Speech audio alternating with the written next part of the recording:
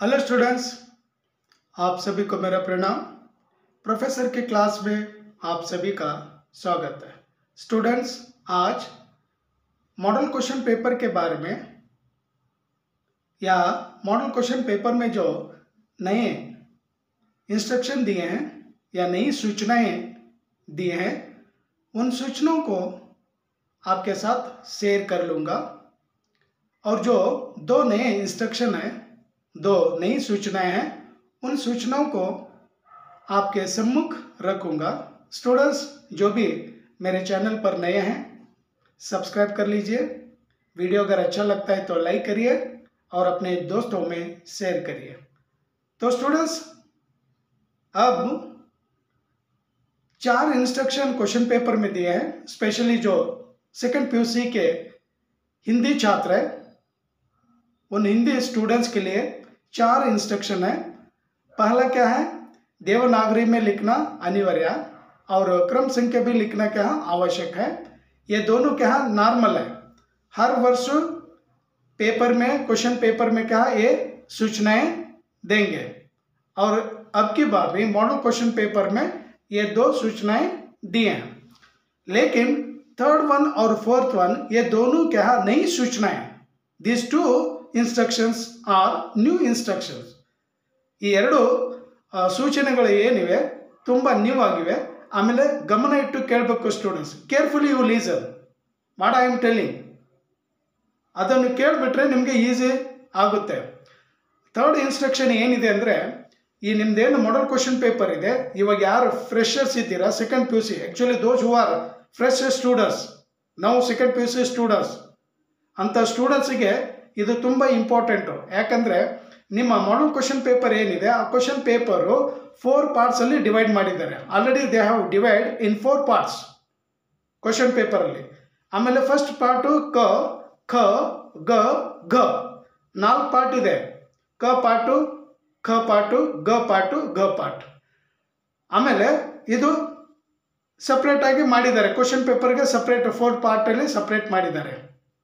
ಆಮೇಲೆ fourth instruction ಏನಿದೆ ಅಂದರೆ, ಆ ಫೋರ್ತ್ ಇನ್ಸ್ಟ್ರಕ್ಷನ್ ತುಂಬ ಇಂಪಾರ್ಟೆಂಟ್ ಆಗಿದೆ. ಯಾಕಂದರೆ ನೀವು ಕೇಳಿದ್ರೆ ನೀವು ಕಂಪಲ್ಸರಿ ಅದು ಫಾಲೋ ಮಾಡಲೇಬೇಕು. You should and must follow this fourth instruction because this fourth instruction is so important for you. हमेशा के लिए याद रखना, क्योंकि ये फोर्थ जो सूचना है ना, इस सूचना को याद रखना. वहाँ पर सूचना दिए हैं कि क्वेश्चन नंबर 1 से लेकर 16 तक, यानी 1 to 16 तक स्टार्टिंग में ही लिखना, शुरुआत में ही वो लिखना. अगर आंसर बुकलेट में बीच में या एंडिंग में अगर लिखेंगे तो आप लोगों का जो आंसर बुकलेट है, उस आंसर बुकलेट के ये जो आंसर्स है ना, ये वैल्यू नहीं करेंगे, वैल्यूएशन ही नहीं होगा. और इसलिए 1 to 16 जो क्वेश्चन आंसर्स है, वो क्वेश्चन के आंसर्स हमें शुरुआत में ही क्या लिखना है. स्टूडेंट्स ನೆನ್ಪಿಟ್ಕೊಳ್ಳಿ, ಈ MCQ ಏನು 10 ಇದೆ, 1 to 10 MCQ ಕ್ವಶನ್ಸ್, वो ಫಸ್ಟ್ लिखना.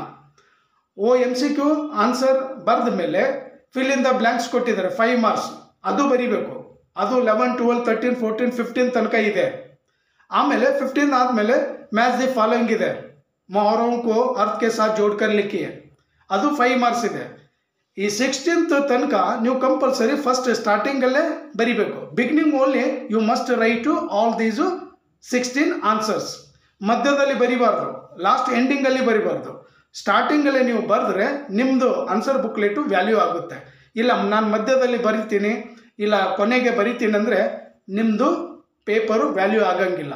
ಸೊ ಕೇರ್ಫುಲ್ಲಾಗಿ ಫಸ್ಟ್ ಸ್ಟಾರ್ಟಿಂಗಲ್ಲೇ ನೀವು ಈ 16 ಏನು ಕ್ವಶನ್ ಆನ್ಸರ್ಸ್ ಇದೆ, ಕ್ವಶನ್ಸ್ ಆನ್ಸರ್ ಬರಿಬೇಕಲ್ವಾ, ಆ ಕ್ವಶನ್ ಆನ್ಸರು ನೀವು ಬರಿಬೇಕು ಕಂಪಲ್ಸರಿ. ಸೊ ಇಲ್ಲ ನೀವು ಲಾಸ್ಟ್ ಕೊನೆಗೆ ಬರಿತೀನಿ ಅಥವಾ ಮಧ್ಯದಲ್ಲಿ ಬರಿತೀನಿ ಅಂದರೆ ನಿಮ್ಮ ಪೇपर ಮಾತ್ರ ವ್ಯಾಲ್यू ಆಗಲ್ಲ. सो स्टूडेंट्स, इसलिए मैं कह रहा हूँ कि केयर से, ध्यान से ये फोर्थ जो सूचना है, इस फोर्थ सूचना को आप पढ़कर याद रख लीजिए. और आपको एग्जाम में, पब्लिक एग्जाम में, मिड टर्म एग्जाम में सेम आपको क्या 1 to 16 आंसर्स शुरुआत में ही आपको लिखना है. बीच में क्या ना लिखे और अंत में भी क्या आप लोग ना लिखे. अगर आप अंत में लिखेंगे या बीच में अगर लिखेंगे तो आपका जो आंसर बुकलेट है वैल्यू नहीं होगा। सो केयर से क्या पहले जो 1 to 16 आंसर्स पहले पन्ने पर ही क्या लिखते लिखते आप चले जाइए। तो यही सूचनाएं हैं और इसे शेयर कर लेने के लिए ये शॉर्ट वीडियो क्या बनाया हूँ। कम से कम एक 5-6 मिनट्स का क्या है वीडियो है और ये वीडियो यहीं पर क्या समाप्त करूँगा। थैंक यू स्टूडेंट्स, सब्सक्राइब कर लीजिए अच्छे अच्छे वीडियो और आपको सूचनाएं और कई सिलेबस के बारे में क्या अच्छे वीडियो बनाकर आप तक कहाँ पहुँचाने का काम कर रहा हूँ। तो लाइक करिए, शेयर करिए अपने दोस्तों में। ये वीडियो यहीं पर समाप्त करता हूँ। Thank you. जय हिंद, जय कर्नाटका, वंदे मातरम।